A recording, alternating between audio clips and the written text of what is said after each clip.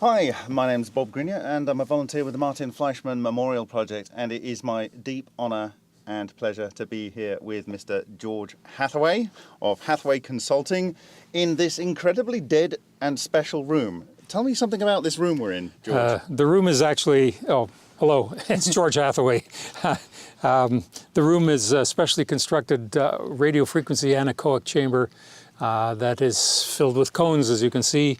When we at Hathaway Research, the old company was called Hathaway Consulting, this is now Hathaway Research, are doing special pulse power projects where we're radiating a lot of energy, or we're doing very fine and delicate radio frequency or otherwise measurements in here, and we don't want external radio frequency from messing up the measurements.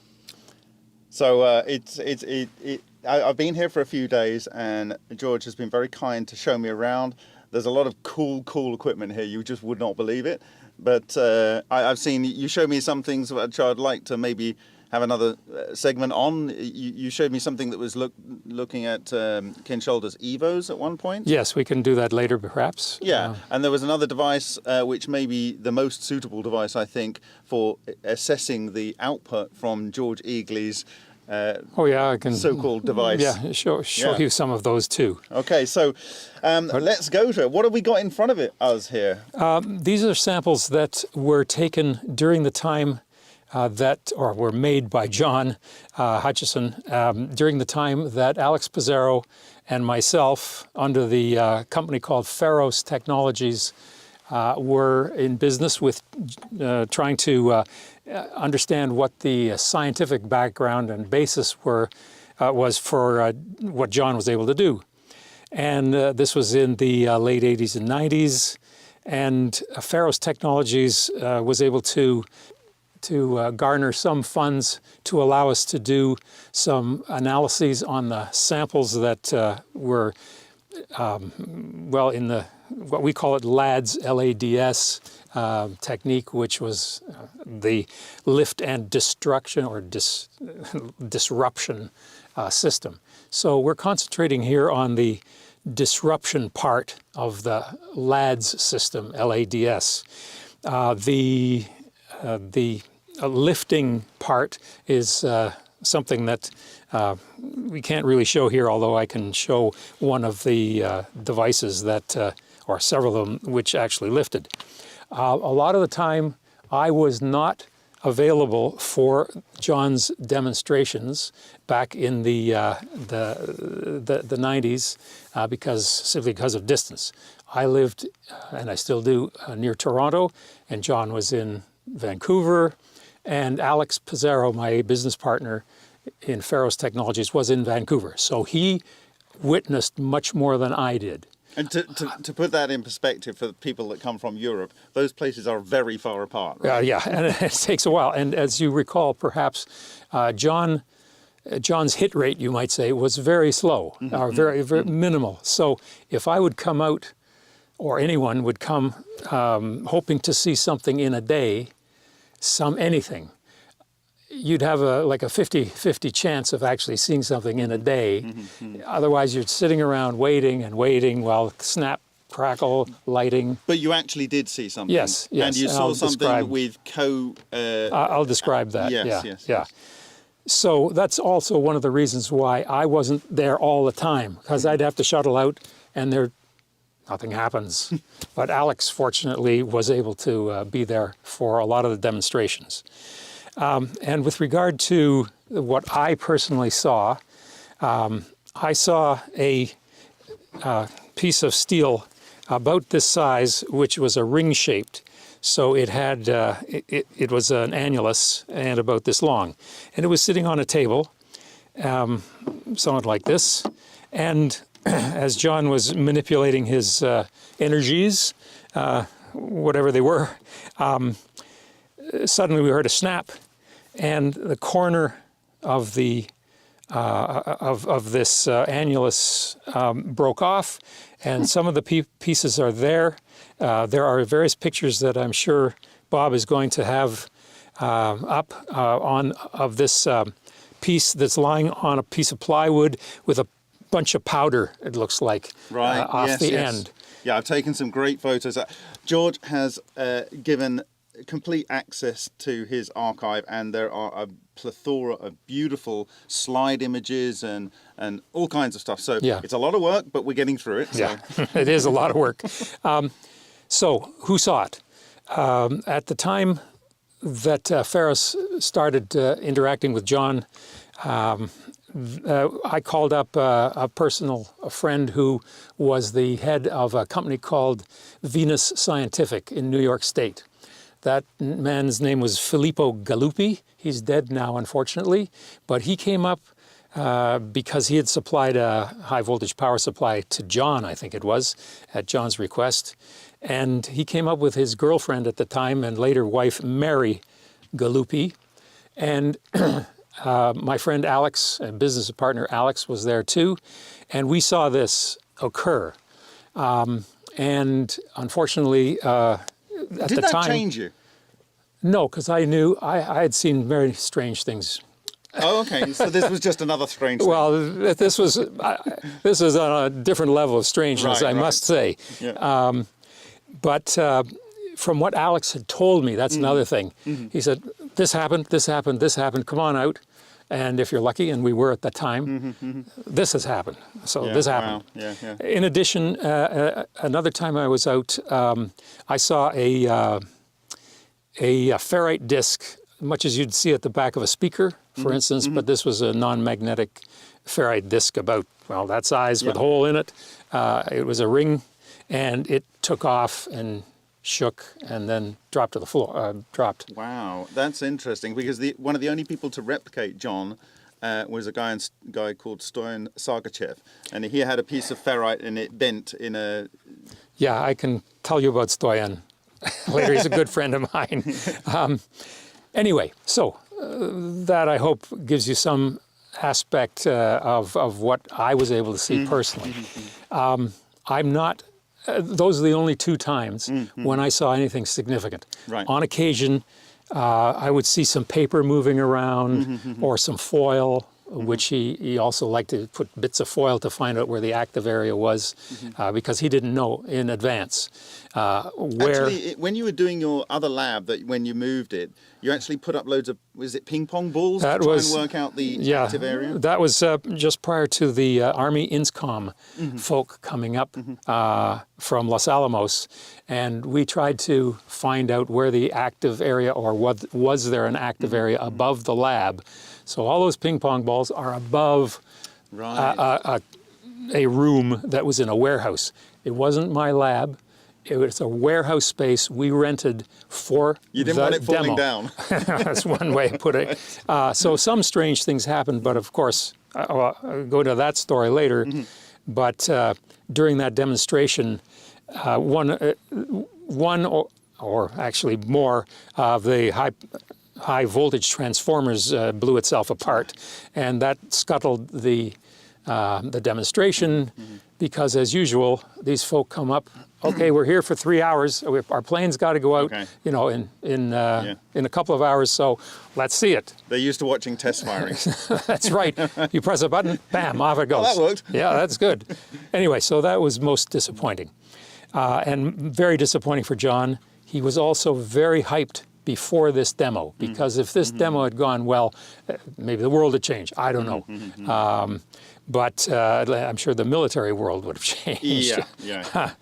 So anyway. So you've got a wide range of samples here. What are your favorites? Let's start with those. Well, one of them is the spiraled up piece of aluminum angle. You can see the angle shape there. And it had a piece of wood not embedded in it, and this is not one of the ones where there's a melding of organic and inorganic, you might say, but it was stuck in there for some reason. I don't know, John had put something together with this screw, and you can see that...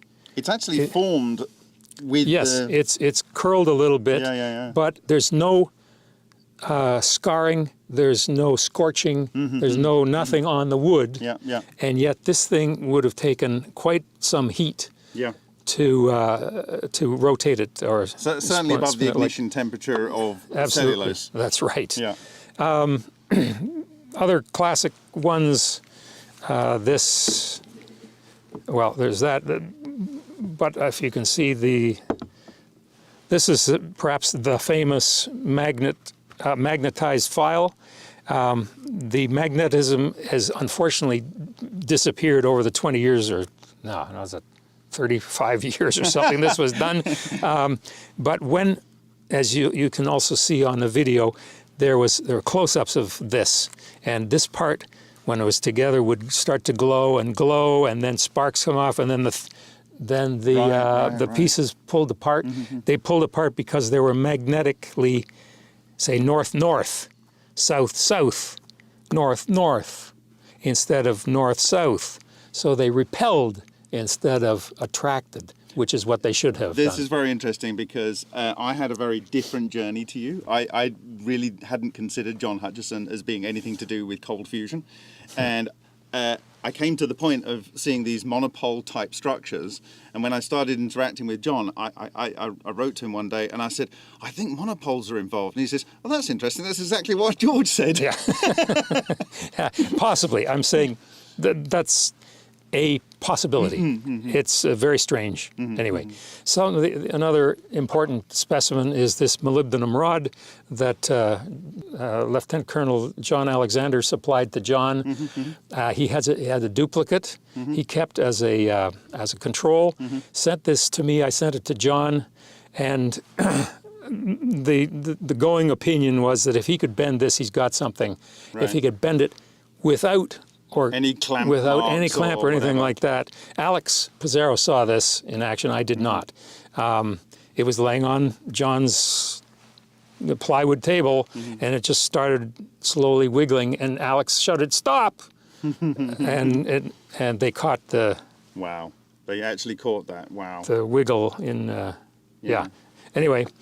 The thing about molybdenum, it's very strong and it's a very high temperature melting point, yes, isn't it? Yes, so yeah. Even it's above 2,000, very yeah. high. So C. So anyway, those are significant to me.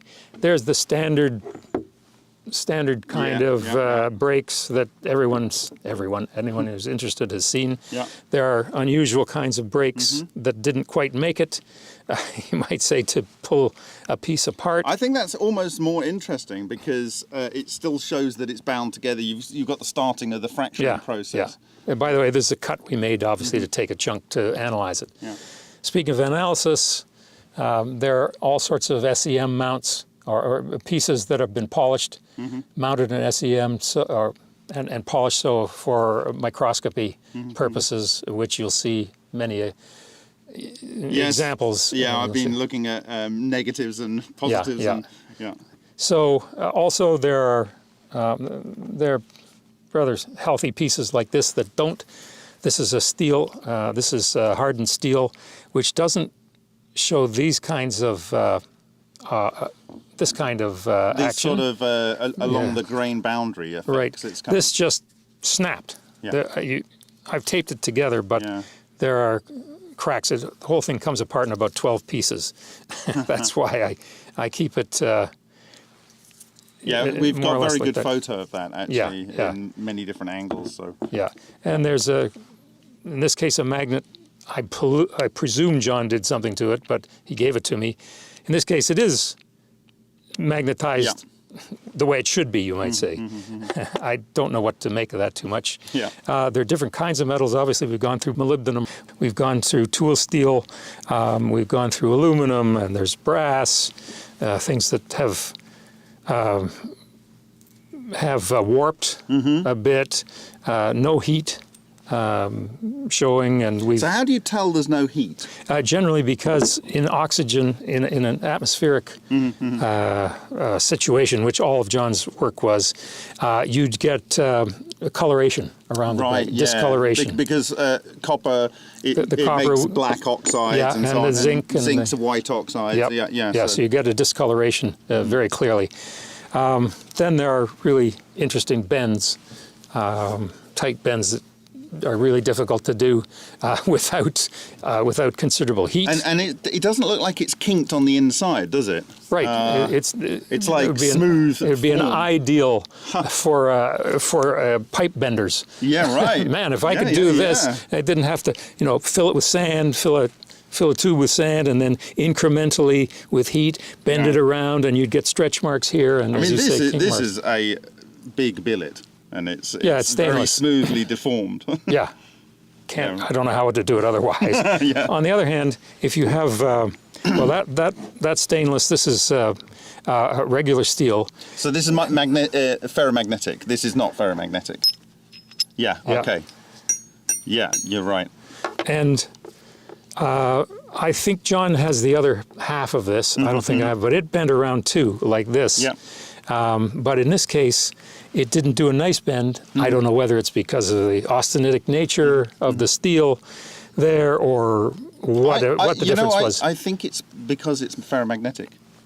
The monopoles that you identified here, I have a very small piece of ferromagnetic material, and in the bend, it has these triangular sections where it's opposite, and it looks like it's pushed it apart. I'll share you the images, but I think it can't bind to this in the way that it seems to bind to the ferromagnetic.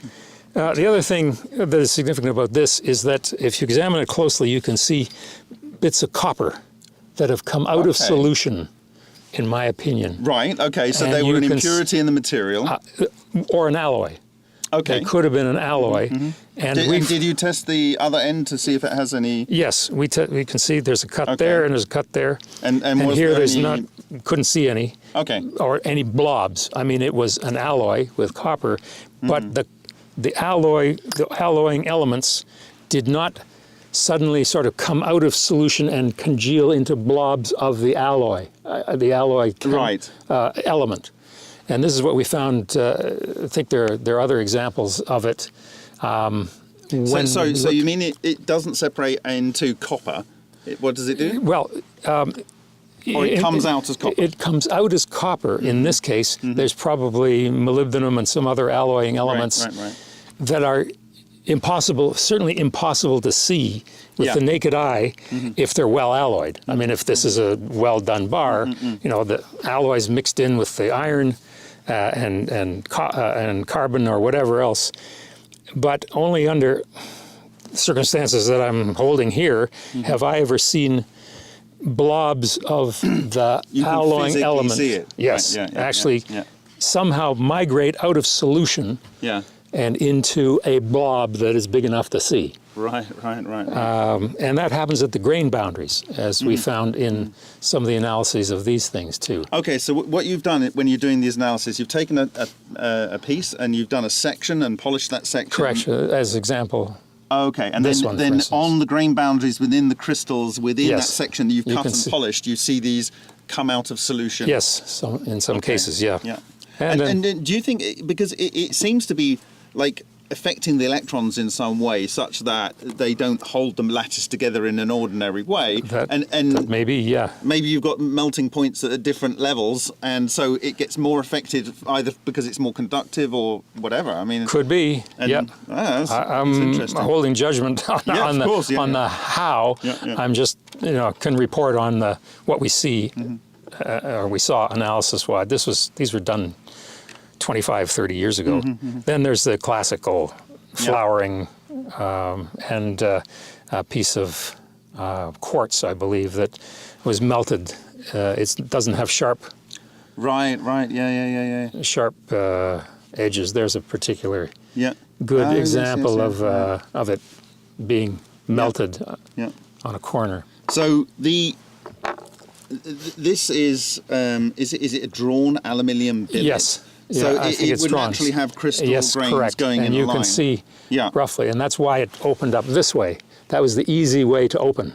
So when I've seen I have some samples that have got some similar features, and I've kind of likened it to this, where we've seen in different technology, which is obviously the same thing, it seems to go along the crystal boundaries and form these layers. Now, if they are monopole and then monopole, it's kind of pushing itself apart. It could be, it could be the same thing that happened here. Nothing to do with magnetism. Well, no, something pushing apart. Yes, maybe electromagnetic force of some, not, I should say, not purely like permanent magnetism. Yeah, right. I think it's more subtle than that. So that sort of sums up very quickly the samples that I have. I notice you have a brass sample here, and it looks a little bit similar. We're going to have a look at that. Yeah, it's a sheet of brass. Yeah, to what we've observed recently. Yep. So anyway, that sort of sums up the the major if things you were that I to have. pick a favourite, I know I asked you at the beginning, what would it be? I mean, you've so handled many. this one a lot because it's the typical example of the planar fracturing. Yeah. I don't really. It's hard to tell what a favorite is. I suppose it's a toss-up between the so-called monopoles and this guy, but John there's so many other things that John has done with that is attendant on John, like lighting effects and weird ways that inviscid material flow, and obviously all the lifting phenomena as well. So, well, thank you very much, George, for running through your samples. I'm hoping to get some really nice macro photography of them for the book. Yeah, and excellent. It's been a real pleasure to be here. He's an excellent host. So, Okay. thank you very much. Yes, indeed. Thanks, Bob.